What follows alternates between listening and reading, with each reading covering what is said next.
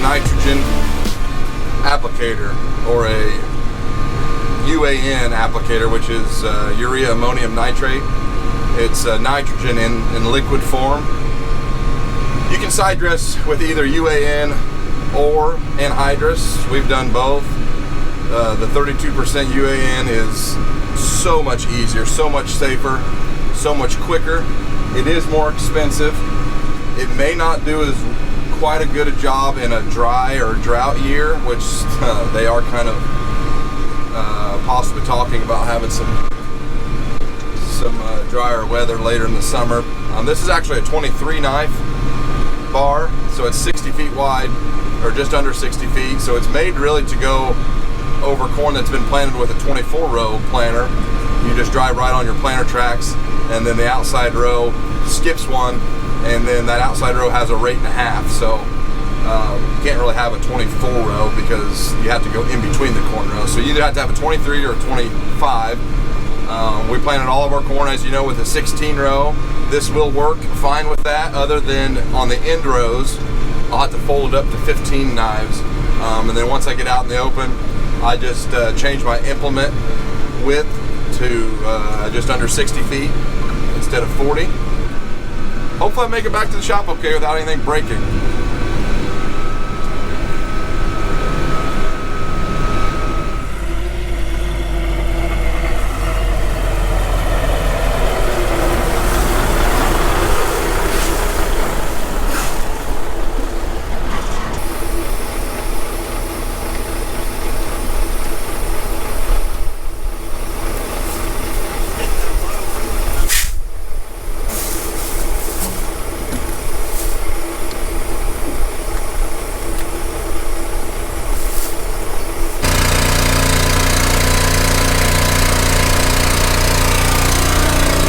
32% liquid nitrogen is extremely heavy. Stuff weighs like 11 pounds per gallon, and we've got like a 25-foot hose here. And so there's a lot of product all in this hose, and so we've got an airline. You farmers know what I'm talking about, but we've got an airline plumbed in right here with a check valve right into the air brakes of the trailer. So we open this up, you can hear it blow air through the line, and it pretty much empties this whole entire line. There's several gallons in this when it's full, but after we blow it out, there's only a gallon or two. See, Jonathan, he's actually really strong, so the heavy hose wouldn't bother him too much. You ready to shut that off? Oh yeah. You don't want to let that open without valve closed because you'll blow something up. So then we've got a bleeder right here.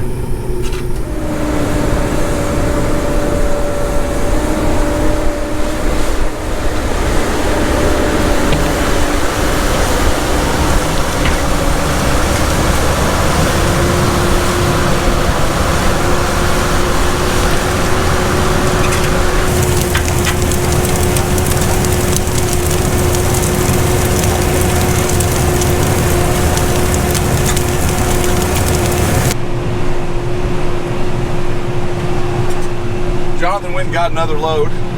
We're using our big tanker while we side dress, just because we use so much of it. We're putting 45 gallons to the acre down, and this tank back here holds 1,800 gallons, and so we'd be making lots of trips with a smaller tanker. So Dad and Matthew are spraying with a smaller tanker.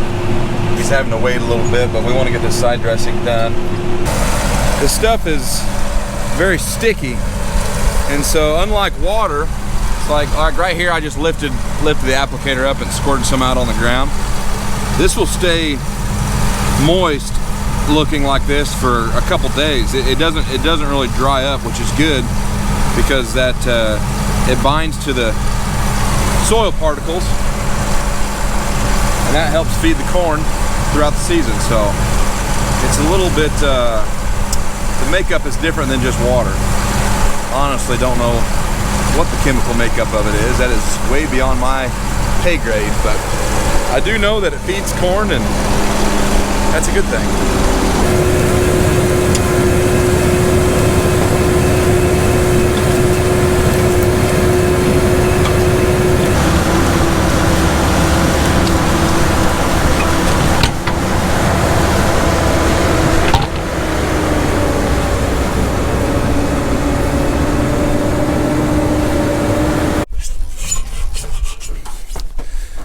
Well, I'm empty. Waiting for Jonathan. People probably ask you, turn on the end rows and it tears up your corn. Yes, it does. Unfortunately, that is the downfall of side dressing, especially when it's, you know, this stuff is, you stretch it out, it's over a foot tall, or right at it, but ideally, we want to side dress this like a week ago, because this corn grows really, really fast. When it's taller like this, you can see it just mashes the crap out of it, especially when you got to pull up and back up to refill. When you're just turning on the ends, it's not too bad. You run over a few rows, and a few of these will actually, few of them will stand back up. Most of them won't. Some of them will though. Some of them will survive, but we feel it's more advantageous to feed the corn, to spoon feed it throughout the season, such as side dressing that we're doing now, giving it its nitrogen kind of when it needs it, not all up front or not all in the fall, because you end up losing some. And this drives me nuts because look how good the corn does look right down these rows. But yeah, run some over, you do lose a little bit, but that's one reason I'm running a 60-foot toolbar. We only plant with a 40-foot planter, so ideally you want to run right down your planter tracks. It makes it a lot easier, but you do run over a third less corn, so that's one reason I use it. But anyway, we do have some smaller corn that we're going to do. This is stuff that we wished we'd probably started, like I said, about a week or 10 days ago would have been nice, but we're also spraying, post-spraying our corn too, so ideally we want to spray first, let the chemical soak in to the weeds. Here's a little water hemp right here. You could see the speckling of the chemical where it hit that. This was just sprayed 2 days ago, or less than 2 days ago. He's still fully alive right here, but he has soaked up the chemical, and here in a couple days, we haven't had very much heat or sunshine. Once we get some heat, which we're supposed to next week, like 90 degrees, these things, you'll notice that even, you know, within 12 hours or less, they'll be starting to curl and wilt. We'll walk out here and actually do a couple population checks real quick while we're waiting for Jonathan. I think I planted this at 35,500 plants per acre, seeds per acre. So, but yeah, you can see it's pretty impressive. There's a little weed right there. It's a morning glory. But I know you guys can't see, but when you look across here, it looks like a checkerboard, which is what you want. There's a skip right there, more than likely. I've actually dug up several skips, not several, but the skips I have dug up, there's been a seed there. I would bet you that there was 1 or 2 seeds here. They'd be rotten now, but actually, let's go ahead and just dig it up, see if we can't find it. It could just be oh, look at that, right there. There's the seed. It rotted or didn't germinate. So the planter put one exactly right there where it's supposed to. Let's see if there's another one here.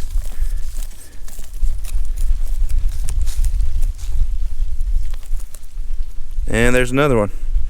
This planter was awesome this year. This thing actually, man, yuck. Rotted. It did sprout, but didn't come up. I don't know why. You just never know, but that put 2 of them right there, right where they're supposed to go. So planter was awesome this year. I'm just gonna walk and stop, just kind of random here. Right here, we'll mark it with my knife. So that is going to be the first plant that we count. So these are on 30-inch rows. 1/1000th of an acre in 30-inch rows is 17.5 feet. So my size 11.5 is roughly 12 inches. So I'm going to step off 17 steps, which is going to give me roughly 17 to 17.5. I always back off a few inches just to be on the conservative side. So should be about anywhere from 34 to 36 plants, hopefully. Might be a touch more, might be a touch less. 1, 2, 3, 16, 17, 17.5 would probably catch this one, but we're not going to count him. Looks like there's a skip there or a C that's probably there that didn't come up. So this will be our first one. 1, 2, 3, 4, 5, 6, 7, 8, 9, 10, 11, 12, 13, 14, 15, 16, 17, 18, 19, 20, 21, 22, 23, 24, 25, 26, 27, 28, 29, 30, 31, 32, 33, 34, 35. And I planted it at 35.5. You talk about dead on the money. And you want to count viable plants. You don't want to count, there's really none out here, which is good, but you don't want to count like a little itty bitty one, because that he'll never catch up. He'll just end up being a weed. But I would call that a perfect stand in less than ideal conditions. Pretty awesome. Let me show you this weed that I just pulled up here. This is amazing. It's not a good thing, but it is amazing. This is a morning glory. It's considered a vine. We don't have much trouble with them. They are very easy to kill. Roundup will kill them. Look at this. There's the main plant. I don't know if you guys can see this or not. Look at the taproot on this thing. That taproot is over a foot long. So that's why it's important to kill these suckers, because they will really tap, no pun intended, into any water or nutrients that the corn is trying to take in. Looks like the John Deere is frowning. It's sad. I guess I'd be sad too if I had to wear green and yellow all the time. The hydraulics leak on it when it's shut off. This is a coulter.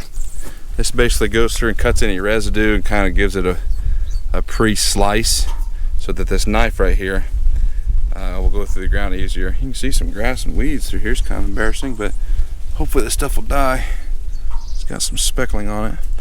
But you don't go very deep with this stuff. I'd like to go, somewhere in there, but it's probably going about 3 inches, so you can see a little drop of this stuff. Now this stuff isn't as nasty as like herbicide. It's just fertilizer.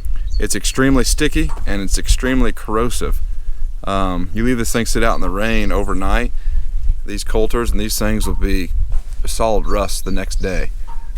The liquid comes down through a hose right down through here, hits this little V on this knife and makes it splatter kind of in a Y shape like that, kind of shoots it into the ground. So I think Jonathan's pulling up right now.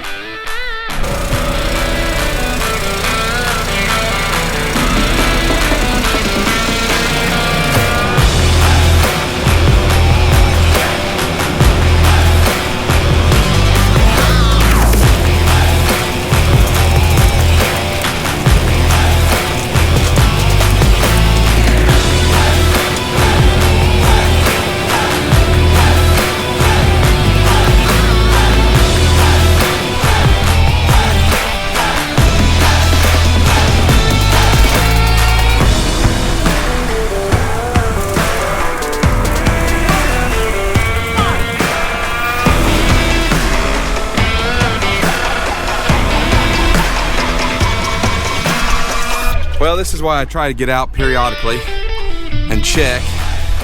You guys can see this one is dirty.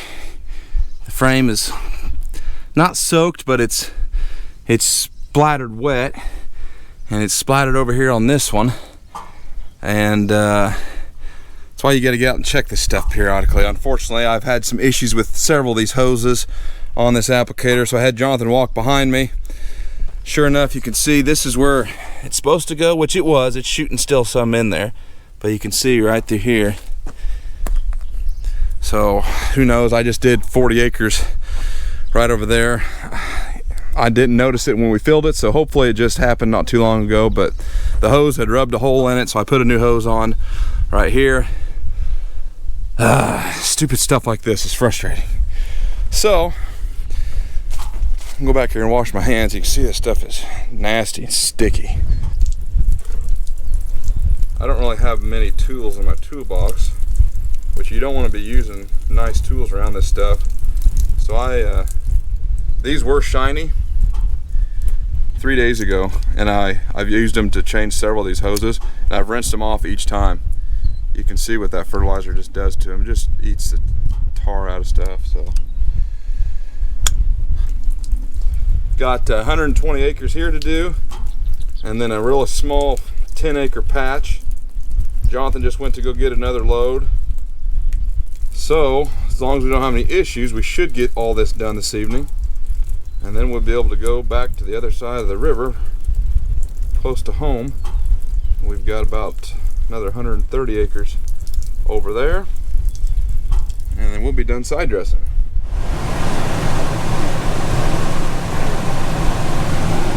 All right, this is Monday. Sorry, my battery went dead after I fixed that hose there Saturday evening. I did get it fixed and I was able to finish that field. We're on our last field of side dressing for 2022, so should go on really well today as long as nothing breaks. We got about 100 acres left. We'll be done. Corn looks really, really good here.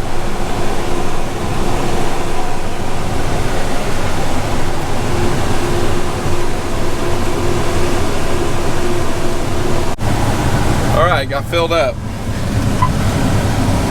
Full tank. Master off, master on. We're good to go. I've got the GPS. Got my line. iPad is active. Pump turned on. We got pump pressure. 110 pounds. That'll drop down to about 50 once I start pumping it through. Rate 2 selected, 45 gallons per acre. Meg just dropped off my food. We're good to go. Should be able to do about 40 acres on 1,800 gallons. So I'll fill 2 more times to get finished up. Time to eat. Oh. My food's gone. I used to lose weight during planting and harvest because I've been running around all the time. Now I gain weight because my wife fixes such good meals. Oh boy. Well, that is it. Side dressing 2022 is done.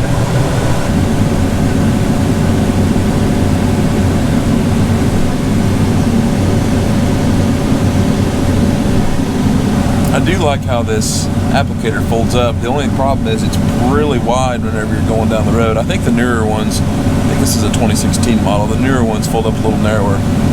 But I do like how it folds backwards like that. We got like 18 or 19 gallons of fuel left. It was flashing at me. I think it warns you once it gets below 20 gallons, so perfect timing. That'll be it for this video. Thanks for watching, guys. See you in the next one.